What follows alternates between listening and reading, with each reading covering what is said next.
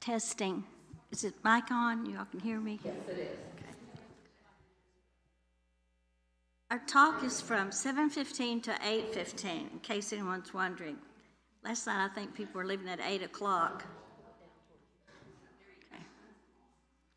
Well, good evening, ladies and gentlemen. Good evening. Welcome to Holy Spirit Catholic Church and to our adult education class. Tonight, our speaker, we have a beautiful nurse, and I've been having a hard time all day pronouncing her name. I'm going to try my best. Therese Parks. She has been a nurse for 30 years, and I asked her where she worked, and she said all over the place. But she's originally from Michigan. I think some of us might even be from Michigan. She said like I just said, she's been a nurse practicing for over 30 years. She's worked in the hospital in the ICU setting. And I said, translate that for me. So ICU setting is the same as intensive care. She's also spent many years as a home care nurse, and she recently has just been certified as a nurse coach. Now, what is a nurse coach? This is what she's going to talk about tonight. A nurse coach involves helping clients to heal from a different perspective. In other words, she asks them, what do you want me to help you with? Instead of, here's your instructions, follow these instructions. She asks the client, how can I help you? So tonight we're going to listen to her talk. The title is, you have your paper there, Advocating for Yourself in Healthcare. So, Therese Parks.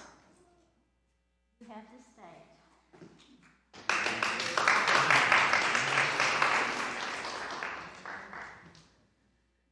Hi, everyone. I'm really glad to be here.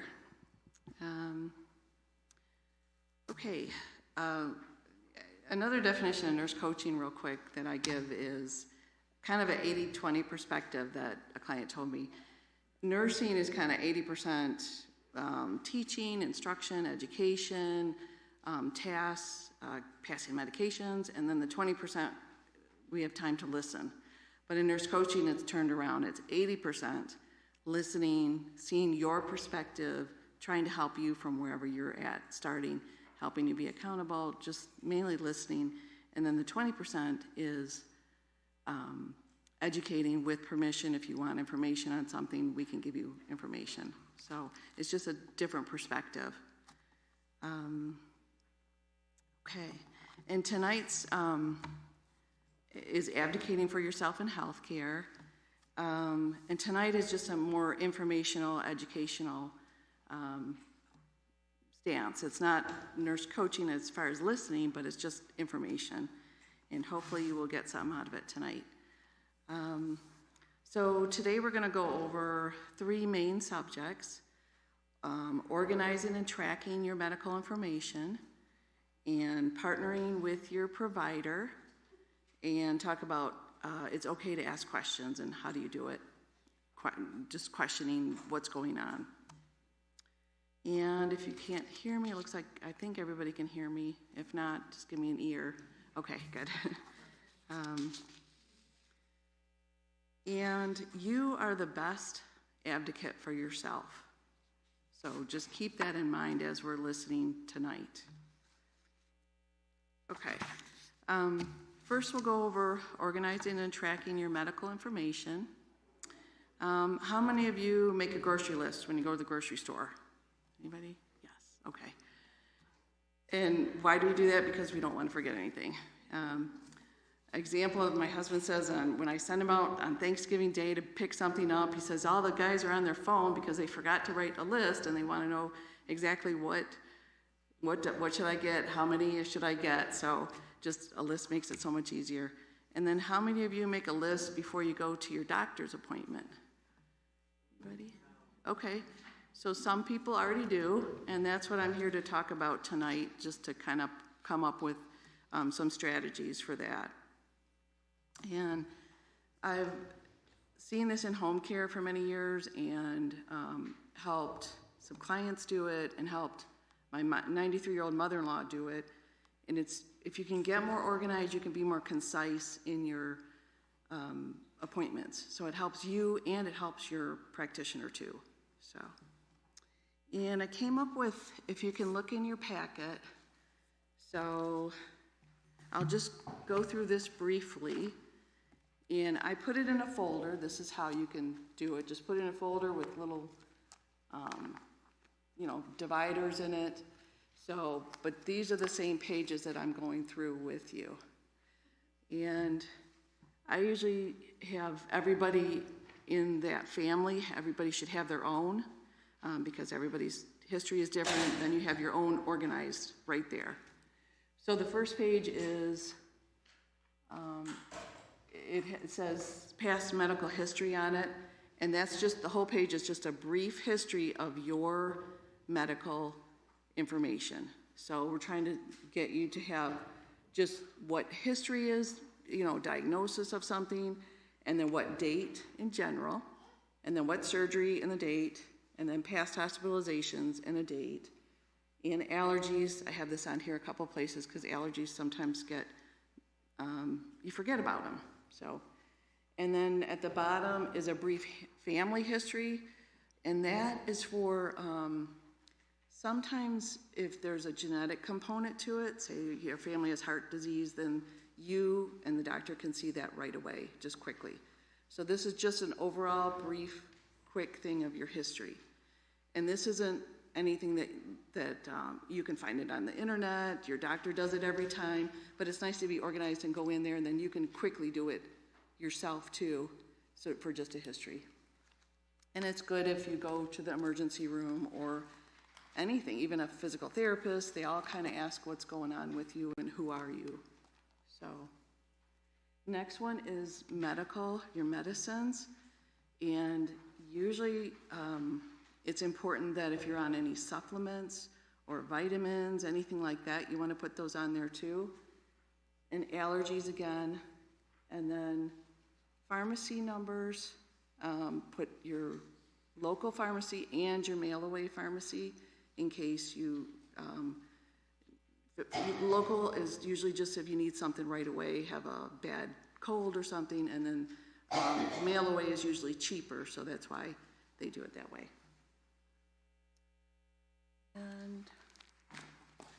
And if you have any questions, just raise your hand and I'll address them, or you can ask them at the end also. So, and the next page is healthcare providers. It's if you have more than one provider, you're just coordinating all your information in one spot. So just having the name, address, phone number, specialty, what specialty they are, and just making a list of that in one spot. And the next page is, I called it a home tracking tool. And that's important because, say, I had 3 examples. One was if, say, you and your doctor, you go into your doctor's and your blood pressure's a little high, and maybe every time you go in your doctor's, your blood pressure's a little high. They call it white coat syndrome because you just get nervous and you're not sure. And so that's the information that your doctor would have to possibly put you on medication. They go on what information they have. And if they only have 1 or 2 readings a year, that's what they would go on. So this way, if you can track it at home yourself and just kind of keep track of it, whatever you and your doctor agree on, or even just to keep track of it, once a month, once a week, whatever, a time frame, just to see where it's at. And that way, when you go to your doctor's next time, if he or she said, well, I think you're going to need blood pressure medication, then you can say, well, look, at home, here's what it is. And even if it is higher, then you can kind of write a note. Was it a stressful day? Did I eat a lot of salt? You can kind of pay attention to your body and what's going on. So, and then that can go for that. I left the X's here because you can write in anything you want. You can write in your blood sugar. You can write in hormone symptoms. Anything you want to do, you can write it in just to get an idea of kind of a pattern you can see yourself. So,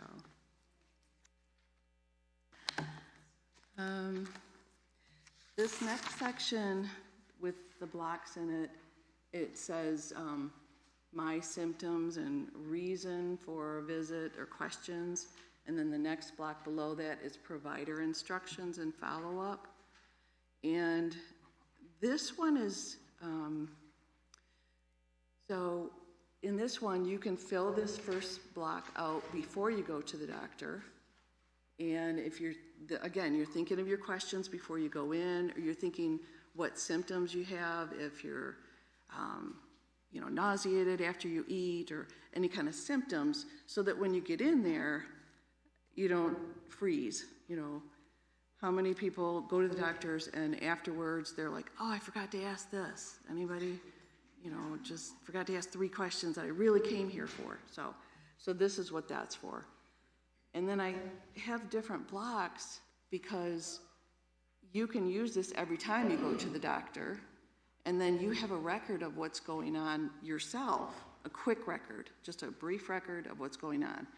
And then if you have another specialty, say if you have a cardiologist, and you have a cardiology section, you have a neurology section, you have a primary doctor section, then you've got a brief history. And it's helpful for them to see because they don't necessarily read each other's notes. And if they do, it's hard to get in and out of computer systems. And if they have a brief, quick thing, it's easier for them to kind of see your picture. And there's research out there that says doctors have about 13 minutes to decide and to really make a judgment. And that's really not enough. They can barely go to the bathroom in their day shift sometimes. They have a really busy rush day.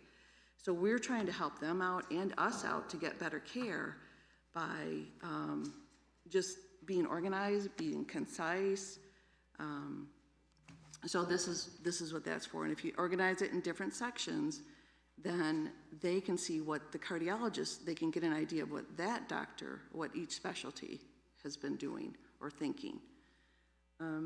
And then also I know a lot of doctors' offices print off a sheet, and what we do with my mother-in-law is we'll write a brief thing here so we know what happened, but then we'll store it right back here and then behind it so that we can see a detail if we want a detail.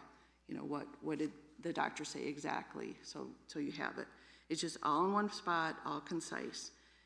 And the other thing is I don't usually tell people to keep their bills in here, because when you get all those pharmacy receipts and the big ones, keep them in a separate folder because it just clogs it up too much. Sometimes people have a lot of, it just too much paperwork. So we're just trying to consolidate it, be something quick we can look at quickly. The doctors and nurses and nurse practitioners, everybody can kind of quickly look at it. So.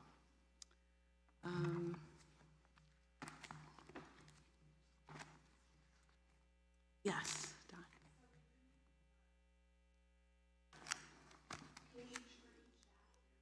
Yes.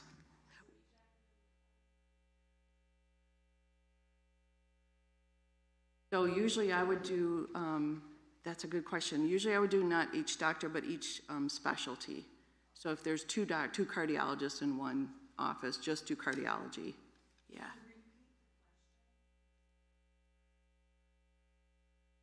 Oh, okay. She was asking if every doctor you go to needs one of these pages. And I was just saying not every doctor, just every specialty. So just so they can, if there's a partner in a cardiology office or a nurse practitioner, they don't, just have one section for cardiology or one section for your primary doctor.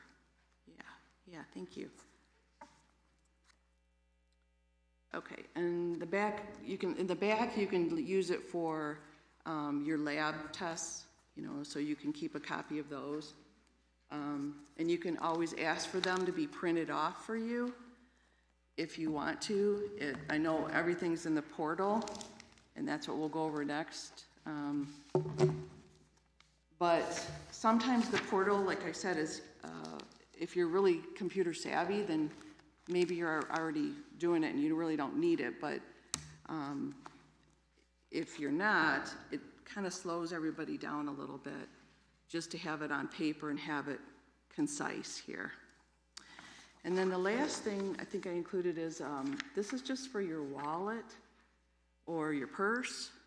So you can fold it in half on the line, and then you do like an accordion with it like this, and then you can trim the edges off. But it's just a general overall, your information, your emergency contacts, your medicines, your health conditions, allergies, immunizations, your physician list, and anything else you want to add. So I know with my mother-in-law, we try and give this to all the siblings so that everybody kind of has an idea. What if they couldn't get a hold of one sibling, then the other one would have some idea of what's going on with her, or medications, or if the doctors had any questions. So just trying to be more concise and more organized so that if something does happen. The other thing is, it's nice is if you do go to, like I said, even a physical therapy office, any kind of medical providers, they usually want your information. So then you have it all in one spot. You can give them what you want to share. So, okay. And then as far as the medical portals that everybody has now, every doctor has, it seems like, so some of them are within a whole system, like the whole huge system, and everybody can see what everybody's doing. Advantages and disadvantages. Advantage, yes, everybody can see what everybody's doing. Disadvantages, maybe they don't have time to read a whole journal or all this information about you. And then the other thing is, if you wanted to go to a different hospital or a different provider a specialist that you wanted to go to, that person would not be in that system, so they couldn't see the x-rays or the results or anything. So that's why if you have a little information about yourself, then you're kind of just helping them organize quicker. So, and then again, it's handy where you have it. And then just one more example on tracking. All the commercials out there on TV, they have, they're trying to sell you to ask for your doctor to ask for that medication because of whatever condition, and they say they're legally required to say the side effects. So they say them really quick, all these side effects. Think about it, every medication you're on, almost everyone has some side effects. And sometimes when you get on a medication, they put you on another medication for that side effect, and then you get on another medication and that has side effects.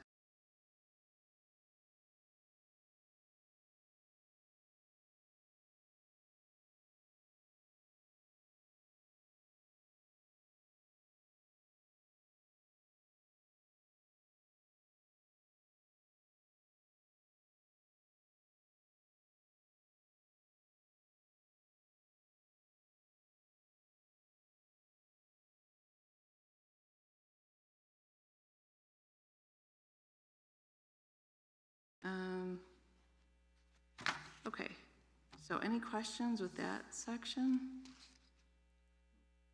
Yeah, Jan. Medical history. Mm-hmm. Just terrible. Okay. I always try to guess, okay, what year is that? Yes.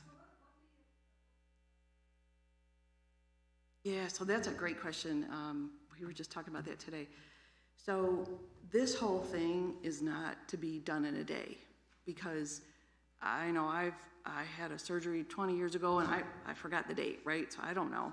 So sometimes you can get that from your doctor. They may or may not have it. It depends on if you have a newer doctor. Even if you can get a guess date, that's helpful. It's not really important the exact date, or you know what I mean, even the exact year. It's just knowing what you had done, and it's just building it as you go, kind of, oh yeah, I remember I had that, so then you write it down. So it's just kind of organizing yourself, you know what I mean?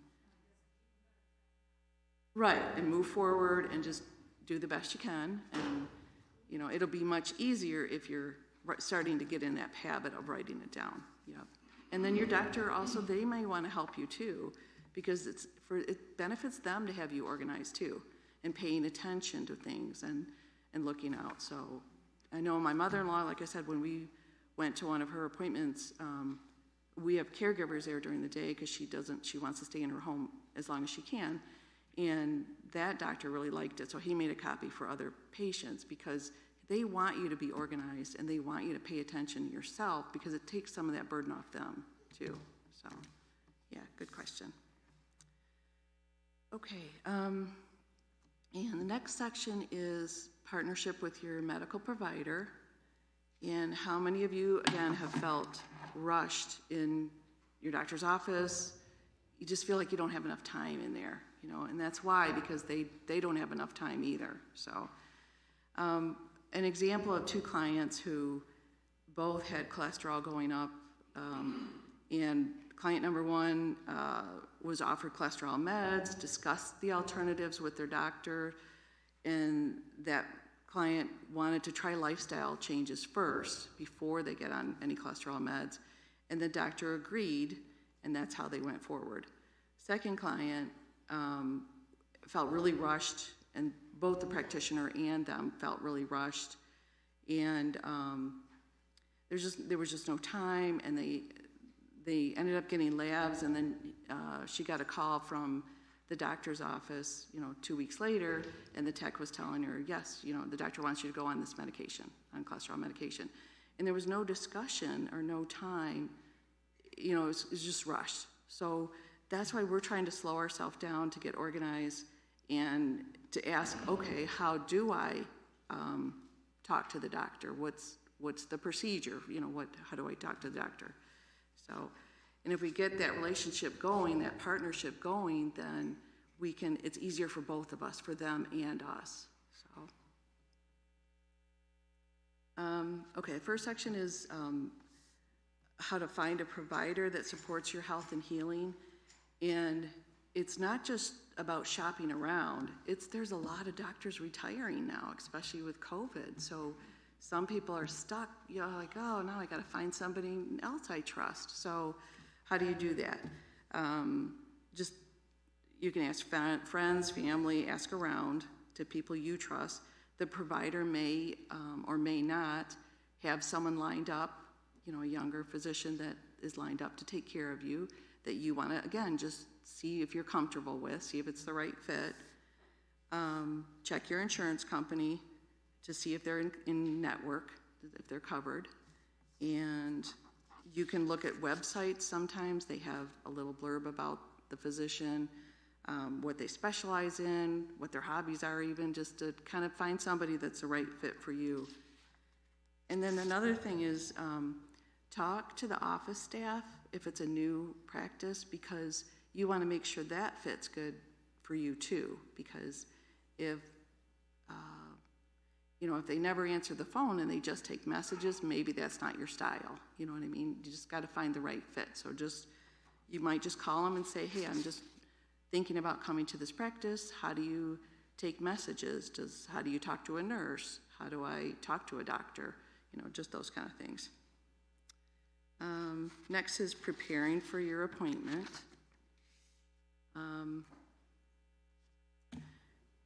So again, having your information ready and just trying to think of what your goal is going in there before you get in there, right in that little block on that page of what you're thinking.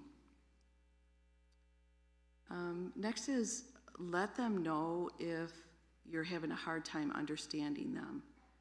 Maybe you're hard of hearing, maybe you need them to talk directly to you. Just let them know, because you miss a lot and then they don't give you the information that you need to. And if they don't have any idea, or maybe you wrote it in page number 6 of their assessment, they're probably not going to remember that. So just let them know right away if you can't understand them.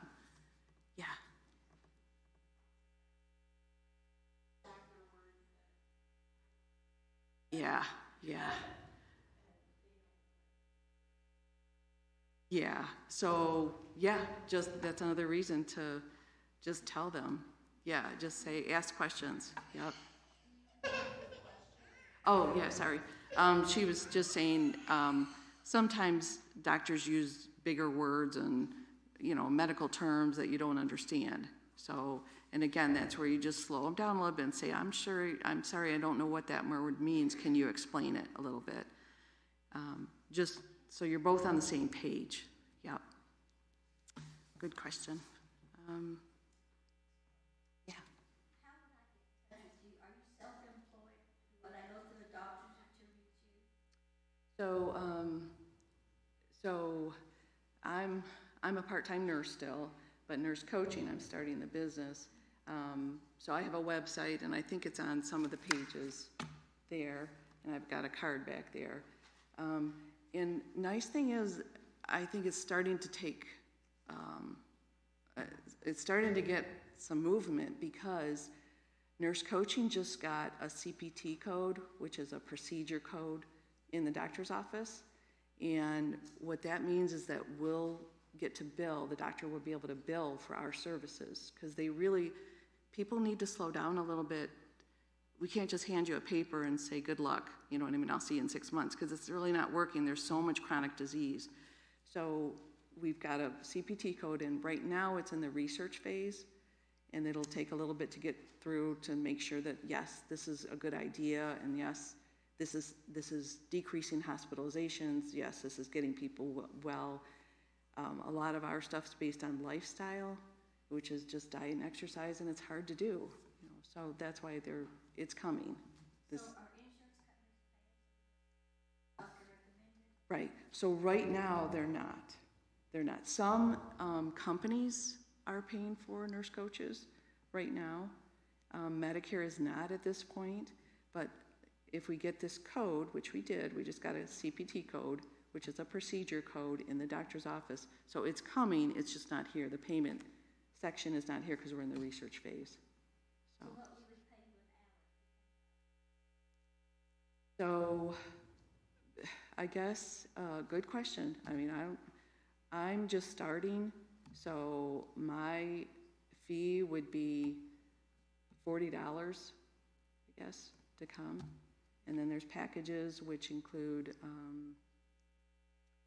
like support, so, you know, texting, you know, like a daily accountability, something like that.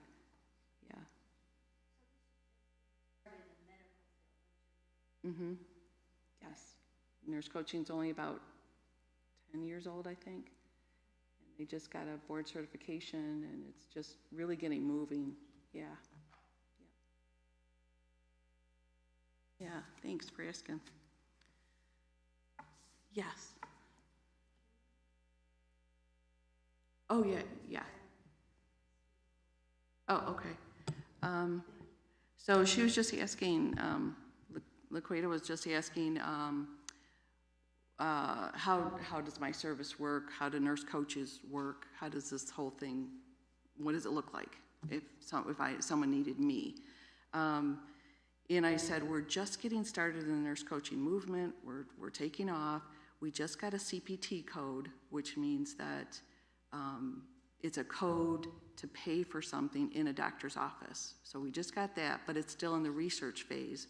So we're not paid yet. We're just doing research to say, yes, this is going to help people with lifestyle choices, mostly just losing weight and working with the doctor and getting people healthier. So that, as far as insurance, it doesn't pay insurance yet. There are a few companies, like I just said, you guys probably heard this all, right? So anyways, but she just asked, you know, just about nurse coaching, so. Do you do nurse coaching at the hospital if the doctor recommends you to a patient? So there are some she's asking if I do it in the hospital. So there are some hospital systems are starting to hire nurse coaches, and a lot of those right now are for the nurses because they're so burnt out. But I know I've heard of a few that are hired for the patients. So they're starting to use those nurse coaches, and it kind of takes a little bit of time, but there are even nurse practitioners who go through this nurse coaching to just coach people. You know, instead of giving you information, we want to get a little bit of information and start with what you want to start with. And they're kind of all over. Nurse coaching's kind of all over. And I use it in my job. We use it in our jobs. This focus my focus to start forward in the business is just to help people just work on their lifestyle kind of a little bit, just work on organizing is my thing too. So, okay. All right, and okay, another thing for partnering with your doctor, listen to what your doctor has to say first, because we're all ready for their questions, but we got to give them a chance to say what they're going to say, because a lot of times they may answer our question for us. So, and then be concise, try and stick to the issue at hand. We all want connection, and we all want, to get to know that person, and there's just not enough time. So just try and be concise. And if you walk in more organized, your doctor's going to just feel a sigh of relief, because they don't have to do as many medical questions sometimes. So they're just going to get to know you a little bit faster, your medical condition a little bit faster. So it may give you more time to connect. So, okay. And then last section is asking questions, get curious. How many of us look online and have a symptom, and you look online and you see all this stuff, right? And I've done the same thing, everybody. Dr. Google, exactly. You know him. Yes. Yes. An example I was going to give was the Brady Bunch. A couple of years ago had Peter, and he had a rash on him, and he looks up in this medical book, and he says, "Oh my gosh, I'm going to die from this African disease." And his parents say, "Where'd you get that from?" They look at the book, and the page was stuck together. So he really had poison ivy. So there's so much out there on Google, it's overwhelming. And, it's okay to do your own research. Yes, you can look up stuff, and you can get an idea of what's going on and learn more about whatever's going on with you. Cleveland Clinic, Mayo Clinic are in general good sites to go with, just general sites to look up stuff. But try not to diagnose yourself. That's the reason that we're going to a doctor, because we want an educated physician or nurse practitioner or PA to look at us and see exactly what we need. So another example is if you have nausea, think about how many directions that can go. Gosh, you could have an ulcer, a cyst, low blood sugar, so many things, so just, yes, pregnant. Some of us, right? I mean, not me, but yeah, yeah, that's right. So just think about that we're going to them for their expertise, and, okay. And then you're asking questions to find out the why behind why am I going on this medicine? Why am I getting this test? Why are we waiting? Why are we not doing anything? The why is what you want to feel comfortable with. Trust your gut. How do you feel? What's going on? But ask why. Why does this doctor feel that this is important? This is the direction they want to go.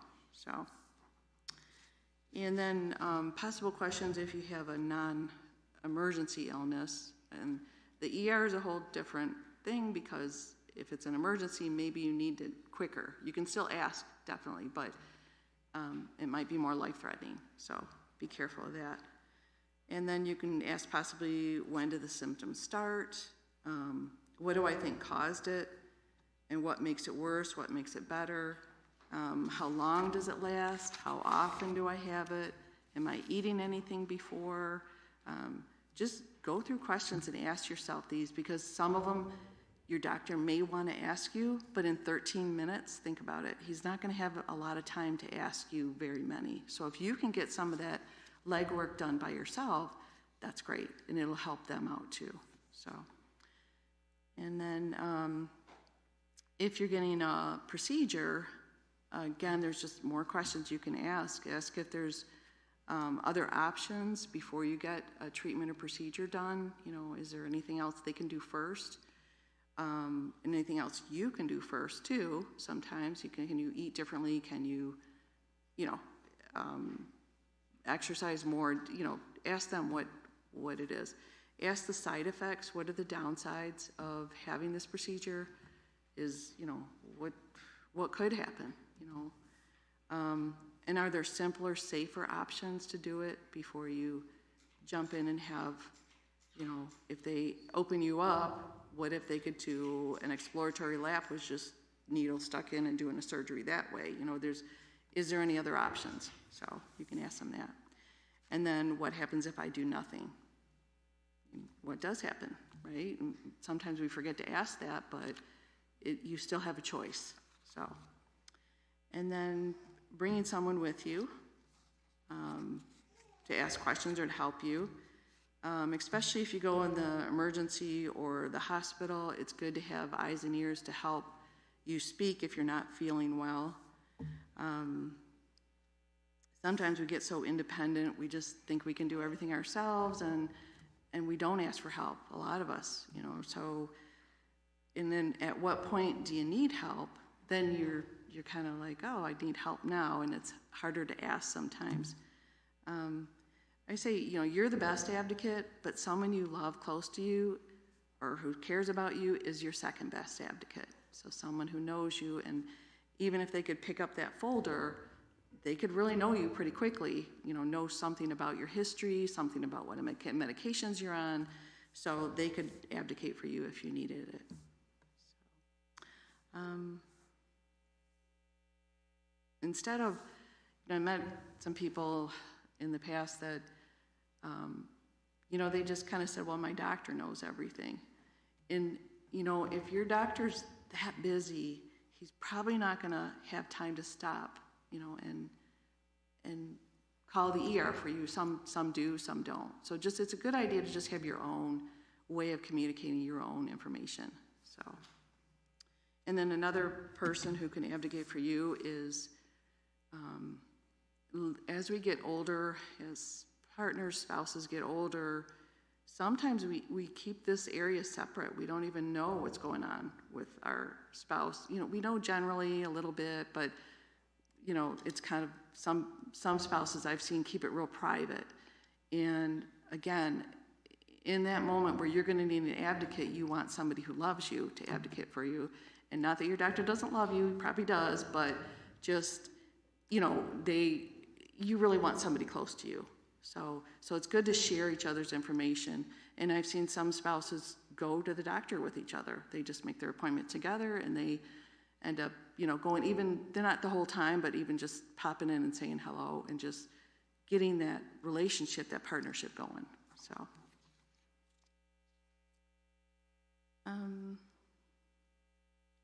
okay, so for getting more information,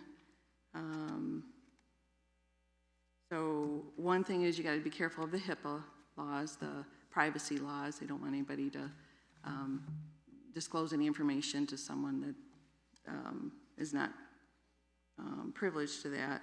So get those, and somebody said, well, can't you just put that in your packet to yes, this person can have all my information? No, because everybody has their own legal teams and they want it their way. So if you go to the doctor, just sign that thing that says somebody you can share that information with somebody. It's really important. So, and then you can also ask for a copy of that too, so to have in there. Okay, and again, you can say no, I said. Just make an informed decision, just ask questions, trust your gut, figure out what's going on.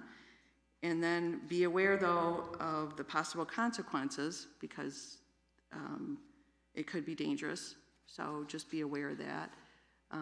That's why you want to ask questions. That's why you want to know what your options are, or if you have any different options. So, and doctors really do care. I think most practitioners really do care. It's just they're so rushed and so busy, and it's just kind of a broken system right now. So that's why we're just trying to help ourselves out too right now. Okay, I got a quick case study for you. So Jane is a 52-year-old woman, and her blood pressure's increased. She has a family history of heart disease. She's steadily gaining weight, not sleeping well, waking up tired, often stressed every day pretty much with work, with teenage daughters. And at her last physical, her doctor told her that her blood pressure was going up and she may need medication for it.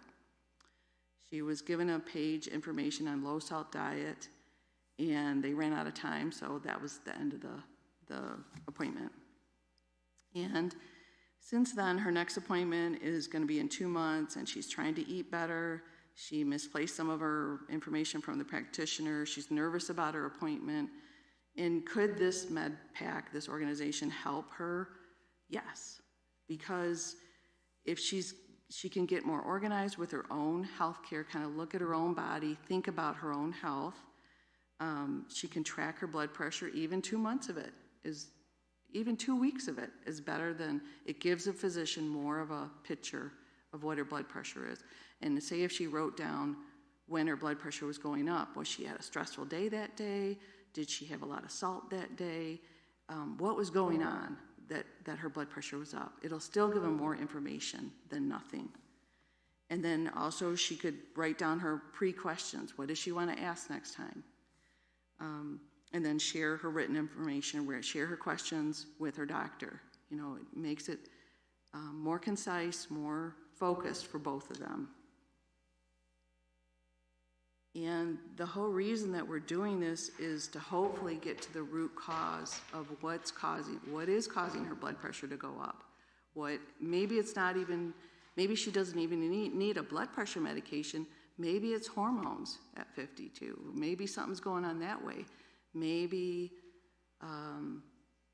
she has sleep apnea. You know, there could be a lot of different reasons. So we're just trying to get to that root cause to see the main reason before we get on a medication. So this is a way of trying to pay attention to yourself, pay attention to other areas so that you can help the doctor get to the root cause quicker. Okay. And then, again, just start where you're at. You know, if you only have one thing written on your history, it is what it is, right? We're just going to start where we're at and do the best we can.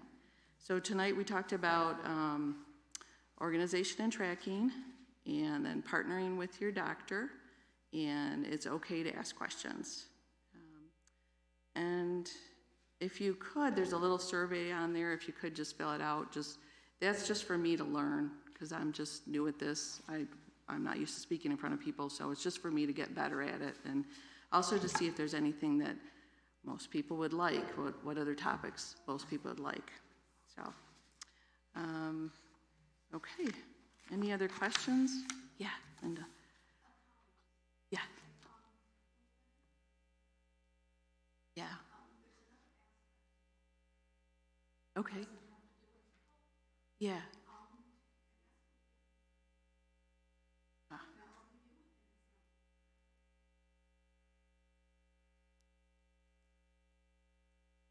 Yeah. Oh, gosh.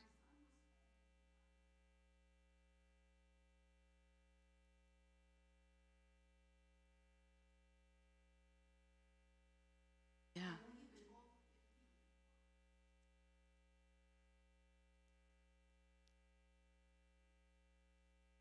Yeah. Oh.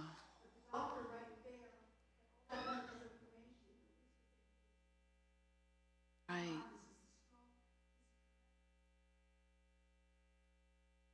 Right. Mm-hmm. Mm-hmm. Yeah. Yep. Yeah. Yeah.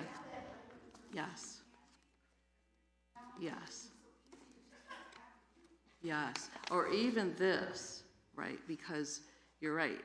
You just kind of freeze if you're not feeling well. If your spouse is having a heart attack, and like getting sick, just like your husband. You have something that tells them what they're on. Because if they were on a blood thinner or if they were on a medication that they had a contradiction to something going on, it could be life-saving, right? So, yeah, that's why it's important. Yeah, Dawn. Thanks, Linda. Think about it.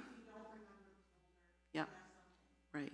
Just something little and then The back is free, so you can write anything you want on there. If there's more to write, there's something you forget or something you want somebody to know, it's all there. So, or your emergency numbers, I think I got on here, but yeah, thanks.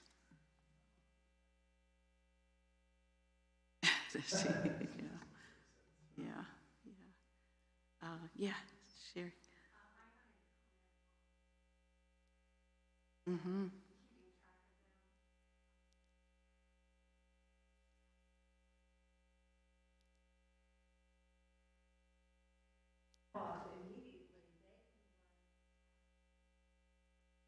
Mm-hmm.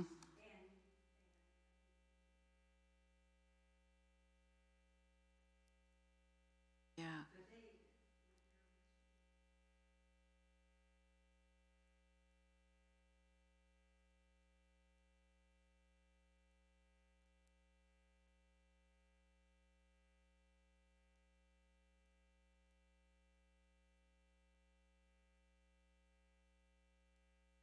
Right.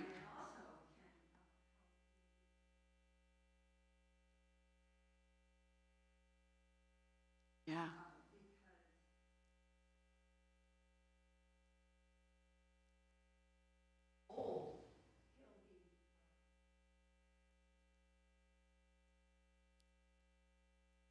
Yeah.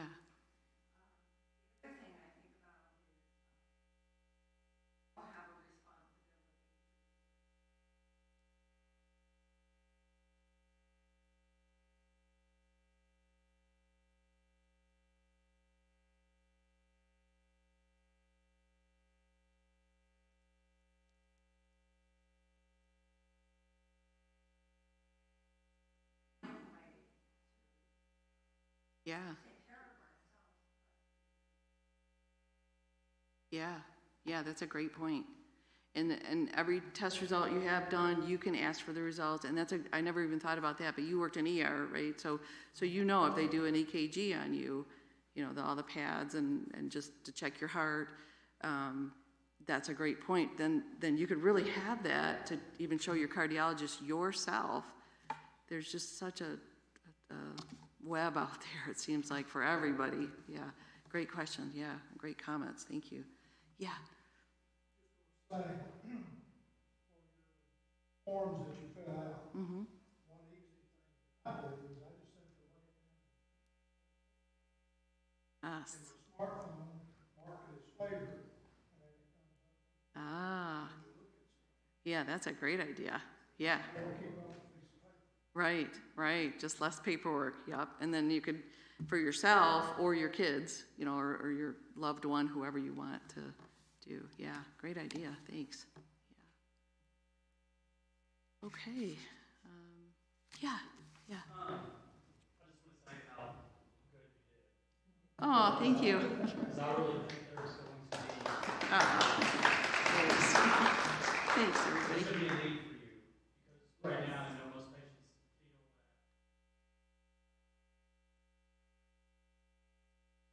like the doctor and everything, but they can't never, in a pressure situation, they can't do Yes. anything. So the biggest thing Mm. I think is huge because they're Mm-hmm. in the doctor's office and you can Yep. they raise up quite Yep. Yep. Exactly. Yeah. Like butterfly syndrome is a thing. So Right. it sounds like they just start dishing out, Yep. Yep. pressure. So I think what you're starting and doing around is going to be Yes. I would definitely for everybody here. Yes. Yep. Yeah, because paying attention to your body and yourself is what it's going to be about. Thank you very much. Yeah. And then just copy off a couple of those, that tracking form, and then you can use them once a month, once every 6 months, whatever you need to use it. Yeah, thank you. Thank you very much. Hey, Well, Irene. not a question, just gonna say, when you were talking earlier about, keeping all of the receipts for your prescriptions and such, all of your pharmacies, you can have them Oh, one. That good way point. you're not having all these other Yes. receipts. So, Yeah. Yeah, Walgreens, CVS, Okay. Publix, they will run that off for you. Oh, good point. And Okay. you got it concise. And as well, one thing that, we didn't touch on, I work for the medical society. Mm-hmm. So, everybody in all of Hamilton County thinks we are, the ones, the keepers of Hmm? but you, in the state of Tennessee, are required to keep your medical records. A certain specialty, and especially with children, it's much more. So, you've got some people that, like you said, are computer savvy. Yep. Get in on a portal. Yep. But then you have others who are not, and you also have the elderly. Yep. Mother, Mm-hmm. I take care of all. Yeah. But your medical records, we always get doctor's offices who Yeah. physicians or have moved away and have left no forwarding address or anything. Then we get the calls for their medical records. My information is only as good as what is given to me, or if I hear something, what I need to know. Where is it? How can we get in touch? Who's got it? There's no watchdog in the state of Tennessee for what tell you that you've got to keep them for a certain amount of time. But there's no, Legal. it should be in 10 years. You should have them stored in a facility that is, accredited, I guess. Yeah. Yeah. But after that certain amount of time, there should be a certificate of destruction. So that's why you hear about this medical record being thrown in the dumpster. You, again, have to be your own advocate. So yes, you can get on the portal and this, that, and the other, but if you're looking for records from several years ago, it's really your responsibility, to say, hey, medical records, and they are within their legal right to charge you a certain fee as well. Yeah. Those records have a copy, so they can do that. Yeah. So just be aware, of all of your physicians, that what procedures are going to be happening. Your other doctor, your specialist, is saying, hey, I need records from so-and-so. Yeah. Yeah. And then also just move forward, keeping records of things, and even test results, surgical. If you have a surgical procedure, you can get a copy of what the doctor. They all take notes on what happened in there. What exactly they did, what they stitched up. Yeah. Good idea, right? Yeah, good idea, Irene. Yep. Okay. Oh, yeah.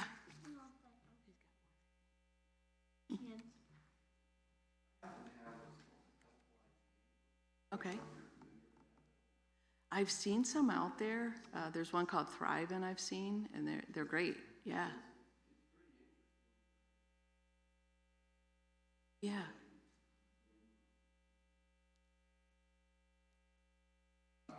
Yeah. Yeah. Yeah.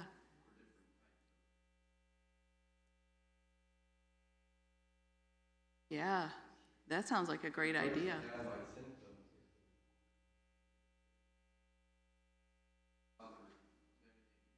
Mm-hmm. Mm-hmm. Yeah. Yeah, there's probably, again, you can get this information, and that sounds like a great book to look at, to And this is a book, yeah. a publication, or a booklet, or what is it? A book, Health-wise handbook. I may have seen it. Okay. Yeah.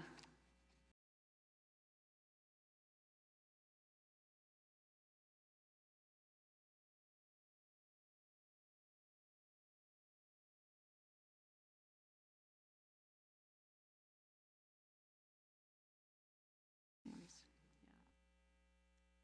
Do you have a question, Todd? No.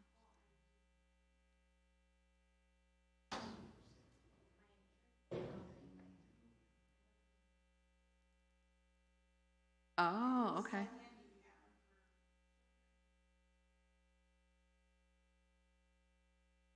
Yeah, yeah, yeah, yeah. Okay, well, thank you so much for coming, and thank you, I really appreciate your support, and like I said, my card's back there. If you have any questions for me, just let me know, and I'd be happy to answer them. So thank you so much.